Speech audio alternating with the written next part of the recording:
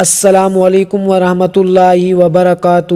Abdul Qayyum T V کی طرف سے آپ سب بھائی بہنوں کو میں خوش آمدید کہتا ہوں۔ دوستو، محرم کے اندر مدینے میں کافروں کا ایک گروہ آیا۔ ایک مشہور جادوگر لبید ابن عاصم کے پاس گیا، جو کہ انصار کے ایک قبیلے میں رہتا تھا، اور وہ انسان بہت مشہور تھا، اور اس کے بارے میں کہتے تھے کہ یہ بہت ہی بڑا جادوگر ہے اور اس کا مقابلہ کوئی نہیں کر سکتا۔ اور اسی دور میں ہمارے نبی پاک کے پاس ایک لڑکا کام کرتا تھا جو کہ یہودی تھا، اور ان جادوگروں نے بڑی ہی چالاکی سے اس لڑکے سے ہمارے نبی پاک کے بال مبارک منگوا کے لبید ابن عاصم کے پاس گئے اور ڈھیر سارے پیسے دیے اور کہنے لگے کہ ان کے اوپر بہت ہی بڑا جادو کرو، نہ ہی دنیا میں کسی نے دیکھا ہو نہ ہی کسی نے سنا ہو۔ اور اس نے اپنا جادو کر کے ہمارے نبی پاک کے بال مبارک ایک پتھر کے نیچے دفنا دیے۔ تقریباً 1 سال کے بعد ہمارے نبی پاک کے اوپر جادو کے اثرات ظاہر ہونے لگے، تو اللہ نے حکم دیا اور حضرت جبرائیل علیہ السلام آ کر کہنے لگے کہ یا رسول اللہ، سورۃ الناس اور سورۃ فلق کی ہر روز تلاوت کیا کریں، آپ کا جادو اللہ کے کرم سے ختم ہو جائے گا۔ دوستو،